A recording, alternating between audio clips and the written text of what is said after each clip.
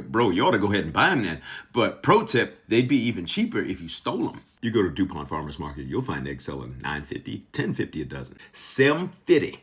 That's what it costs for me to pay $20 an hour. That's what it costs for me to not use unpaid interns. That's what it costs to have hens move around in the woods and have people constantly monitor them so they're not being eaten to death by owls and hawks and rednecks. That's what it costs to maintain equipment so we can deliver eggs to your front door. That's what it costs to have and maintain equipment that can handle 10, 20,000 eggs a week so that we're not passing off E. coli and salmonella to you in eggs that have cracks that you can't see with the human eye. That's what it costs to have access to land when you don't inherit any. That's what it costs to feed hens with corn from Virginia made with rainfall instead of corn from Nebraska made from non-rechargeable aquifer water. That's what it costs for farmers to be able to take paid sick leave when they don't feel good and still be backed up so the animals don't get neglected or abused.